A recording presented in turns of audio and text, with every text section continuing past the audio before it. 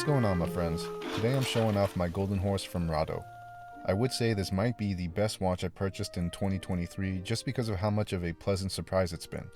I usually stick within my comfort zone of Seikos, Citizens, Casio, and Tudors, but this time I decided to venture off the beaten path and get this one. I wanted a 37mm dress watch that wasn't boring, and the golden horse fit the criteria that I was looking for. Now, to be clear, I'm not saying this is like a technologically superior watch by any means, but it is different, and to me that is something of value. I will say that this watch was very difficult to review because my cameras have a hard time being able to capture all the visual nuances that are more apparent in person. So with that being said, I did my best with the B-roll, and hopefully I'm able to present to you the true beauty of the golden horse in the same light that I experienced it. So getting straight into it, let's talk about price.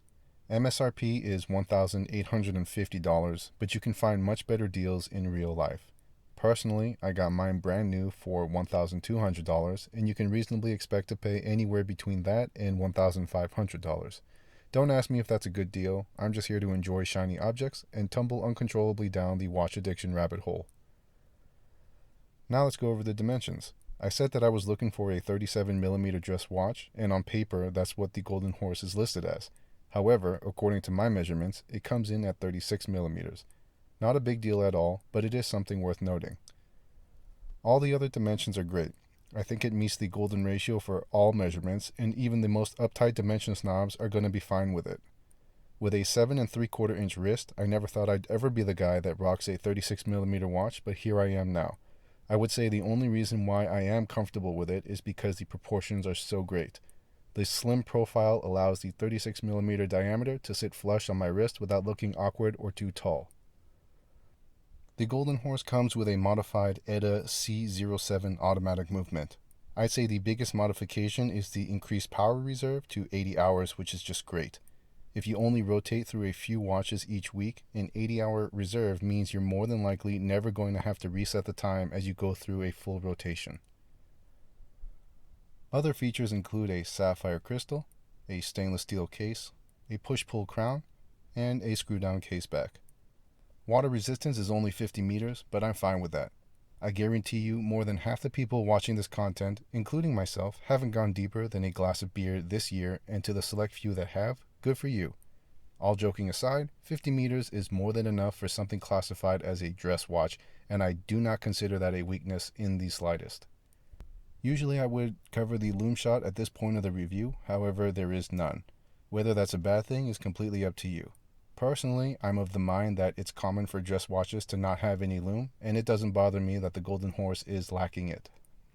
The dial is absolutely stunning.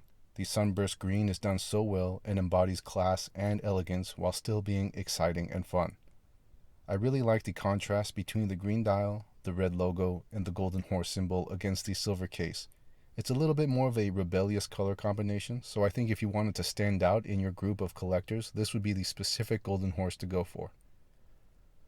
The Rado logo is a freely spinning anchor, which is really just a fun gimmick, and I believe all other Rado watches share this feature. I think it's fine to see something that exists just for shits and giggles with no other purpose other than just because. That's sort of the whole reason behind mechanical watches during this technological age, isn't it? The crown is well done with the Rado anchor embossed stylishly on it. The crowned edge makes it easy to operate, and you can feel those beautifully tight tolerances synonymous with the Swiss-made Nomer. Here's a look at the caseback, which is great. I love these types of casebacks that show a lot of brand-specific character. The fact that nobody else ever sees it makes it like an insider secret where only a select few know, and that is something that I enjoy. I view screw-down casebacks as a fusion of quality and toughness, and the fact that it's on such a thin case makes the golden horse feel like a tiny powerhouse in your hand. The bracelet is a 5-piece beads of rice bracelet with a great smoothness to it. Just like with any 5-piece bracelet, it wraps around the wrist effortlessly and is super comfortable. However, it does not feel flimsy at all, so that smoothness paired with the quality of feel make me think this is what mithril would feel like if it were real. The clasp is beautiful. I don't know what this style is called, but it has this textured surface made up of a series of lines that really give it a high-class look. My biggest complaint here is that they fail to add any micro-adjust positions, and I don't understand why some companies are so against adding them. Aside from that, the mechanism is a simple dual push button deployment clasp, which works fine. The finishing is unique and something that I've never seen before. I'm used to watches being brushed on top and polished on the sides, but in this case, the watch is polished on top and brushed on the sides. It's a nice departure from the norm, and the brushed sides actually do a really good job of preventing the polished look from being overwhelming.